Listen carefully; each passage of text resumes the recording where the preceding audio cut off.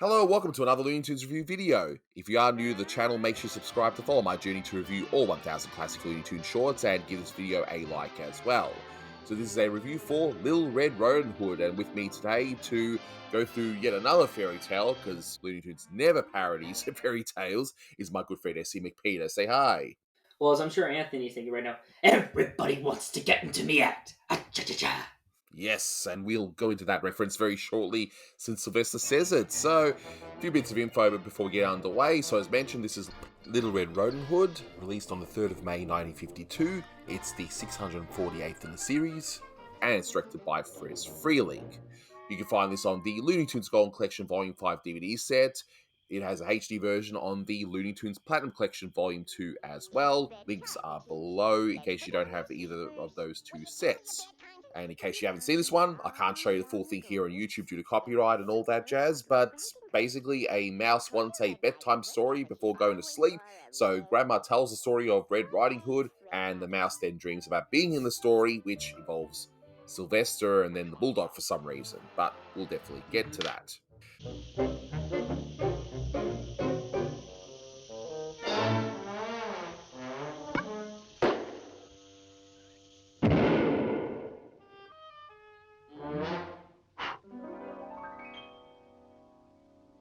So, a few bits of trivia here, and with Friz Freleng, he did a lot, and I mean a lot of Red Riding Hood parodies, whether major or minor. So, the ones he did The Trial of Mr. Wolf in 1941, which had the element of Red Riding Hood in the trial. He did Little Red Riding Rabbit, a brilliant and it's probably his best short, I think, with the Red Riding Hoods, and it features the best Red Riding Hood in history, I think, to have most obnoxious Red Riding Hood. Oh, that's hilarious, that character. A short we'd rather be talking about. Yes, and we had an unfortunate Red Riding Hood stereotype in Goldilocks and the Jivin' Bears, but it's still there. That's part of the story, because, of course, there's a wolf involved in that one too. Of course, we got this one, and we'll then get one more 1955 Red Riding Hoodwinked, which we'll get to when we get to, which stars Tweety. And my, what big teeth you've got! That's the line I've been waiting for. That's my cue line. The better to eat you with! Now, as my good friend SC mentioned, everybody wants to get into the act is a reference to a line said by Jimmy Durante. He would have his trademark. You went just whistling Dixie. Yes, exactly. Which also is what is said by Sylvester at the very end of this short as well. You're not just whistling Dixie, brother. Now, one very obscure reference here is that whole RAGGMOPP bit. Now for the magic words. RAGGMOPP. And that's a reference to the Rag Mop, which was a popular song of the late 40s and early 50s, and it would actually be spelled sometimes that way, the Rag Mop, RAGGMOPP. So that's a reference to that. And in a very blink and you miss it moment, and it's, I think, more apparent in the HD version, we see the mouse being put into a pouch that says Bull on it, and that's a reference to Bull Durham Tobacco, which is a real tobacco brand. And even Bob Clampett parodied that a few times in his shorts with a literal bull. Yeah, what else are you going to do, right? in terms of a parody.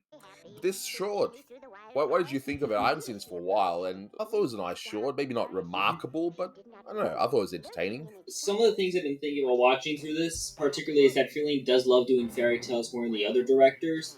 May have been something he got from Avery. Another thing I was thinking is that this one kind of feels a little phoned in.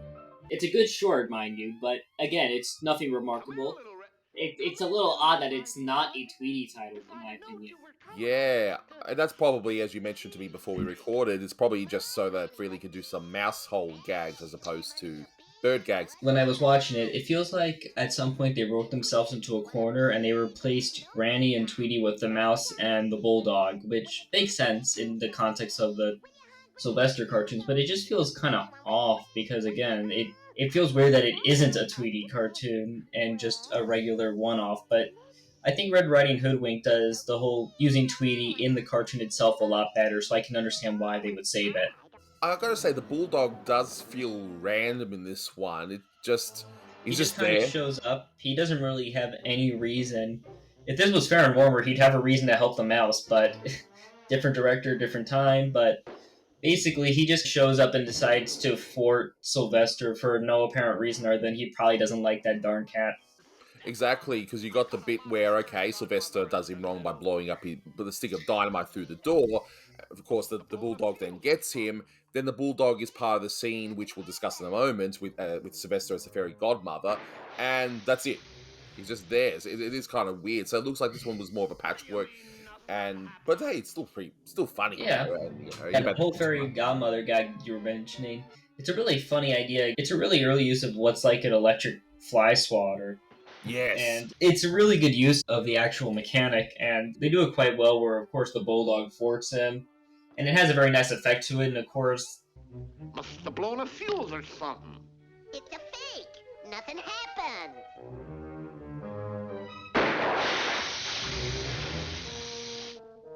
Sylvester's damaged state after that's always well drawn. yep, This one doesn't really focus on doing things in a very blackout manner. They go through the story and then they go into this whole matter of just doing blackout gag to blackout gag. exactly. And speaking of the Sylvester's fairy godmother, I just look. We all love Sylvester cross dressing in these shorts. I mean, that's like always the best highlight. And in here, Yep. he even goes all the way with the corset in the middle too, just to give him that Mm-hmm. wonderful figure he's got. And we even hear in the background Angel in Disguise. So that's like the nice little cherry on top when it comes to Mm-hmm. that's absolutely hilarious. But going back in the beginning, and how you mentioned the whole thing with Granny and Tweety, and Mm-hmm. obviously they're replacing, like, the grandmother sounds exactly like Granny. If I recall correctly, she even has a dress like Granny. So Yeah, again, it really does feel like they were going to use Granny and Tweety in this cartoon. yeah, but it's the same voice as well, and of course the mouse sounds like Tweety, and yeah, but that's okay. But then A again, bit more of a mouse, kiddish version of the voice than actually doing Tweety full on when it's sped up. But exactly, I yeah, agree with you. I think the one thing that really did pick me up more than the guys itself was the really great color design. Particularly, they try to make when Sylvester goes through the woods, they use a lot of green, and the whole bedroom's green, which again contrasts very well with the red rodent hood. So again, that was another thing I thought was really good about this short was again the color design and how a lot of it's blue to help further contrast the red. Just great color design. I don't really think of that too much when I look at these shorts, but again, it's really great use of the primaries. exactly. And we even get that nice little touch where the granny's telling the story about going through the wildflower, and what's on the carpet. It's flower designs, and then we've even got that nice little touch where Sylvester goes, "Oh, I'll take a shortcut through the woods," and he goes up a wooden staircase. So it's a nice little Mm-hmm. touches there, and I do like the touch, of course, with Sylvester not smoking. He goes, I don't smoke. Beat it. even though I think in one or two other shorts he does, but whatever. I guess we'll just do the whole thing. I hope somebody got fired for that blunder. It's a bit Simpsons of an reference. odd joke having the reuse from Red Riding Rabbit there. Yes, with the multiple fake wolves, so to speak. It makes a lot more sense when, again, it's multiple wolves in the actual story, but when you're replacing with Sylvester, it feels rather weird because, again, we get this implication that Sylvester may not even be a cat from the house that the dog hates him and is trying to protect the mouse. But, again, it's just really weird that there are multiple cats there that seemingly don't even live in the house. Exactly, and they all sound like, I guess, mobsters or something. They got Hmm. that kind of a voice there. But Go find your own fairy story. I told you this wouldn't work. Everybody wants to get into the act. oh, look, the gag itself is funny, even if you Hmm. it doesn't make too much sense. But whatever, I still think it's funny. But fast forwarding to later on, we get that funny little cup gag. I thought it's a very weird gag. It does feel a touch maybe out of place. It's more Tex Avery-esque, but on its own, it's pretty funny. So Hmm. you got the fact that, okay, in that basket the whole time, there's no treats for Granny. It was just tools. Okay, and then somehow there's a curtain that he covers up the cup, and then he creates this tank out of everything. Hmm. Very bizarre, but I thought it was funny. What did you think of that scene? I think it's pretty good because again, Freleng did use similar gags in say Tweety Pie, where he puts him in the glass and then eventually Tweety makes his way out of there. And then also in Jack Rabbit and the Beanstalk, Bugs does a salesman act to get out of there with while Florty the Dumb Giant. So it was definitely something really was interesting. I guess it gets a lot more funnier and abstract. I really did think that was a very funny joke. Yeah, definitely. And coming up to the end, sometimes when I watch some of these shorts, they'll have a narrator telling a story and all that, and then if the short just ends, and you think, what was the point of the narrator? I do like how everything does tie in together at the Hmm. very end, where this whole time apparently this Red Riding Hood mouse, I guess, becomes the granny or something. Or I guess it was whatever day the little kid was having and told to his grandma, and the grandma retells it to him. Yeah, Again, it doesn't make much sense. A lot of the short just again feels very hash patched, yeah. but it's still funny. It's still funny and well done.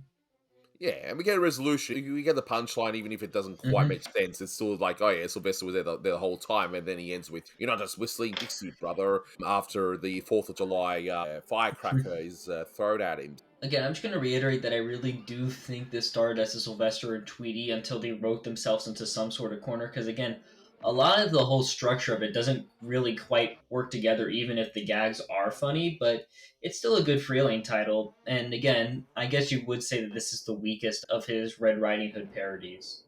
Yeah, I agree. I agree. And this one gets a 7 out of 10 for me. It's entertaining enough. If it's on TV, I'll watch it. It's funny. There's nothing wrong with it, but it does feel a little bit weaker compared to some of the other entries that Freely has coming out around this time. But yeah, you could do worse. You could put on a buddy short. What would you rate this one? I would give it a 6.5 because it holds up to a nice standard of animation and the gags, but again, the structure and story just doesn't really tie all that well together, and a lot of things just happen without making too much sense or really feeling in place. But it still works enough to create humor, and Yeah, that's the most important thing, I suppose you would say. exactly. Exactly. There's nothing wrong with it, but it's just we can't expect the directors to have great shorts each and every time. Sometimes some shorts will be better than others, and that's just how it is. But hey, if you guys watching this think this is a lot better than what we're saying it is, let us know in the comments. We want Hmm. to hear from you on that. But yeah, that'll do it for this one. Thank you so much for watching, and until next time, take care. That's all, folks. So she lit it and tossed it right out where he was. Gee, Granny, I bet that blew him all up. You're not just whistling Dixie, brother.